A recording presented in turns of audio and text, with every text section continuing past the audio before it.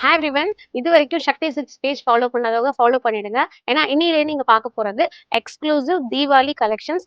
Daily சர்வடி மாதிரி உங்களுக்கு collections வந்துட்டே இருக்கும். இன்னைக்கு நீங்க பார்க்க போறது ஒரு சூப்பர்பான 2 பீஸ் செட்.